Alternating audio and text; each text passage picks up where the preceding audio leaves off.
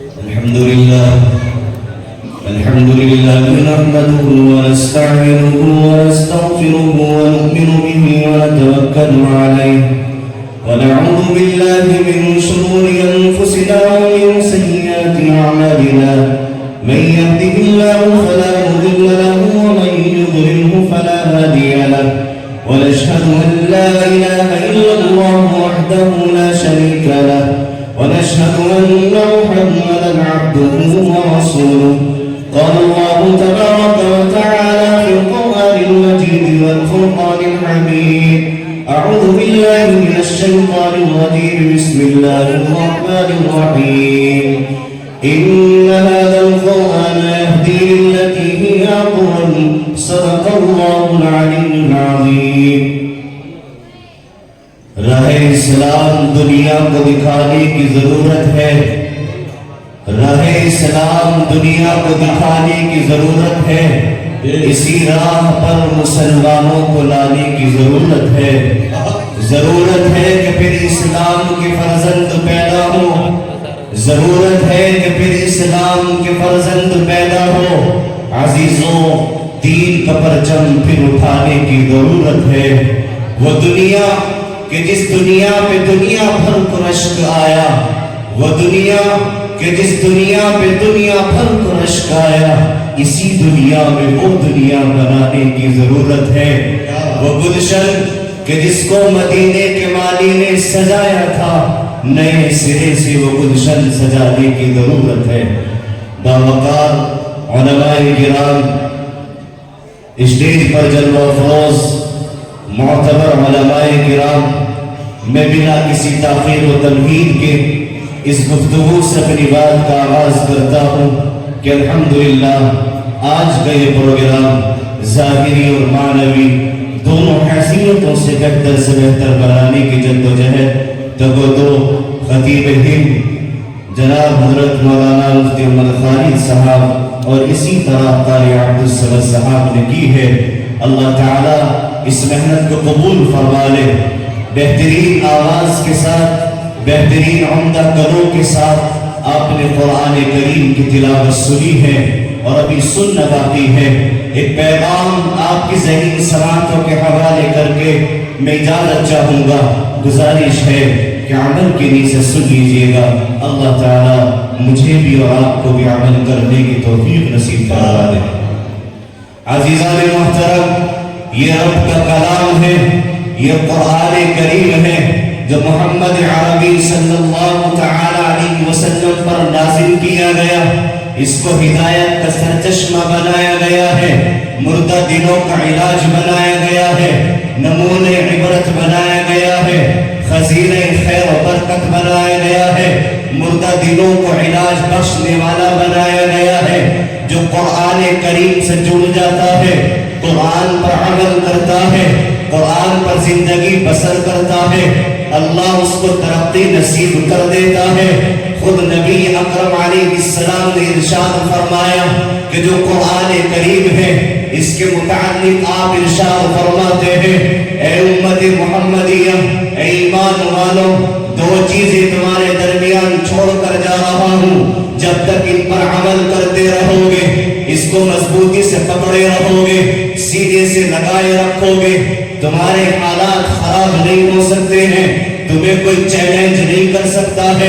ٹیڑھی نگاہ سے کوئی دیکھ نہیں سکتا ہے آقا ارشاد فرماتے ہیں ترکت فیکم امرین لن تضلوا ما تمسکتم بہما کتاب اللہ و سنت رسولی ایک اللہ رب العزت کی کتاب ہے ایک محمد عربی کی کتاب ہے جس کو سنت کہا جاتا ہے معلوم یہ ہوا ہے کہ جو قرآن کریم کو اپنائے گا قرآن کو سینے سے لگائے گا قرآن پر عمل کرے گا ہر غم کے موقع پر ہر خوشی کے موقع پر قرآن کو راستہ بنائے گا آئیڈیل بنائے گا تو اللہ کے نبی علیہ السلام کہہ رہے ہیں وہ ترقی پا جائے گا اس کو ترقی مل جائے گی معلوم یہ ہوا ہے کہ دین کا مجموعہ دین کا خلاصہ دین کا گلدستہ وہ دو ہی چیزیں ہیں ان میں سے ایک رب کا قرآن ہے اور دوسرا مصطفیٰ کا فرمان ہے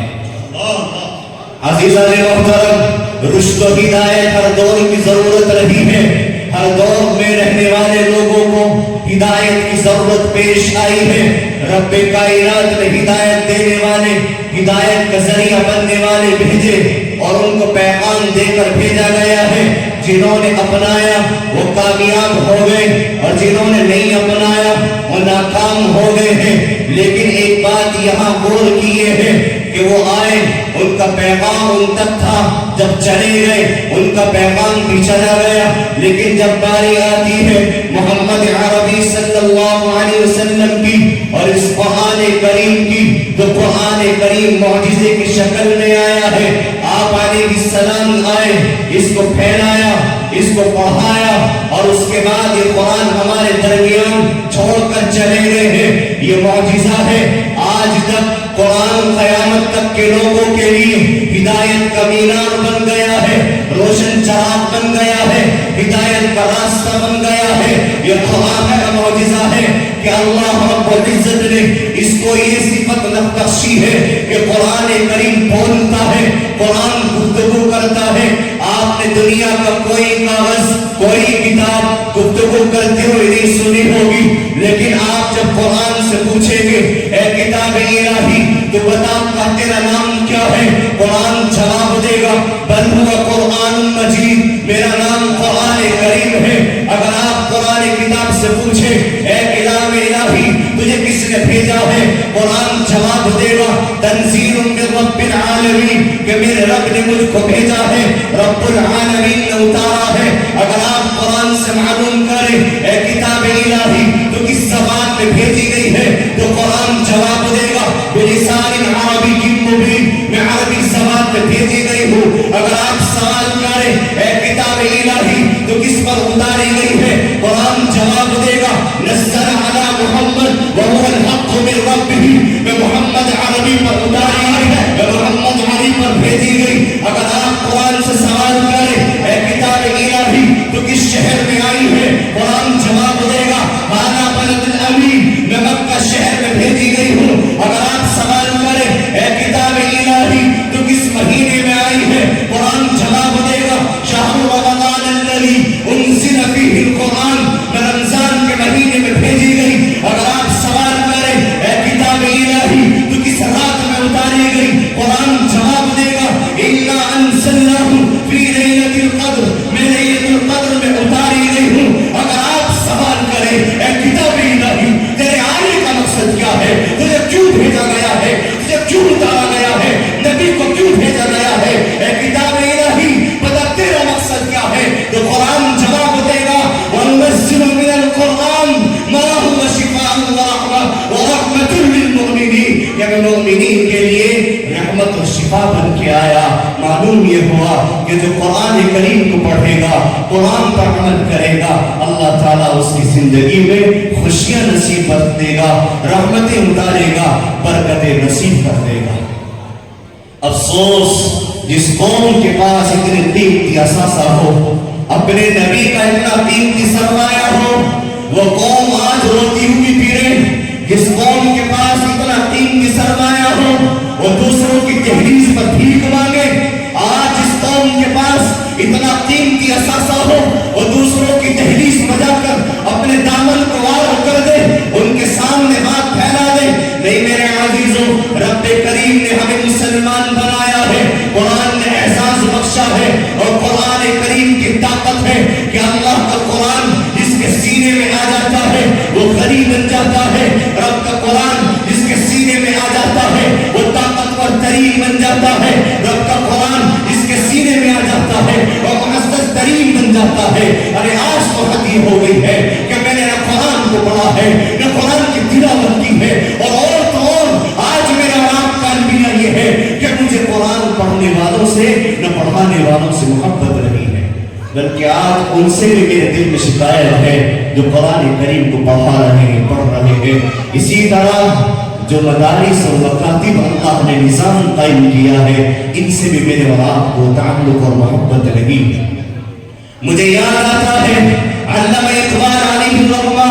جب یورپ کا دورہ کر کے آئے تو انہوں نے آ کر کہا اے ہندوستان کے مسلمانوں, میری بات توجہ کے ساتھ سنو. میں ہندوستان سے لے کر یورپ کا دورہ کر کے آیا، وہاں کی تہذیب کو میں نے پرکھا، وہاں کے نظام کو میں نے دیکھا، اور وہ لوگ کہ جن کے سینے میں کلمہ تھا، جن کے سینے میں قرآن تھا، جن کی زبانوں پر رب کی کتاب کی تلاوت تھی، لیکن آج انہوں نے جب قرآن کو چھوڑا، قرآن پر عمل نہیں کیا، قرآن کریم کو اٹھا کر رکھ دیا، میں نے دعا کیا ہے تو ان میں سے رب اکبر کی قسم ان میں سے کوئی یہودی بن گیا، کوئی نصرانی بن گیا، کوئی عیسائی بن گیا، جبھی تو کہا تھا وہ معزز تھے زمانے میں مسلمان ہو کر، ہم خار ہوئے زمانے میں تاریخ قرآن ہو کر۔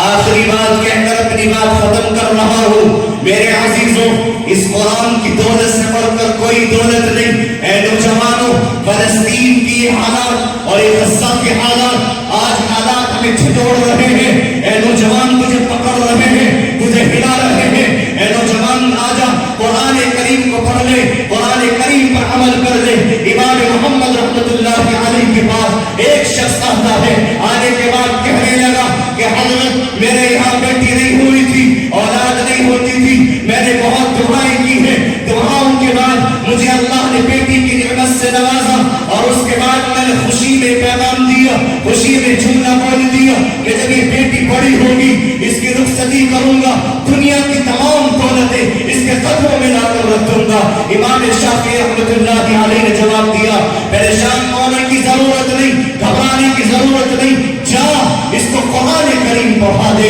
اور اس کو قرآن کی تعلیم دے دے، اور جب اس کی رخصتی ہونے لگے تو پھر اس کو تو رخصتی میں قرآن کریم دے دینا۔ معلوم یہ ہوا کہ قرآن کریم سے جڑنے والا، قرآن پڑھنے والا دنیا کی ہر دولت سے مالا مال ہے، ہر قیمتی چیز اس کے پاس ہے۔ اللہ تعالیٰ مجھے اور آپ کو عمل کرنے کی توفیق نصیب فرمائے۔ وآخر دعوانا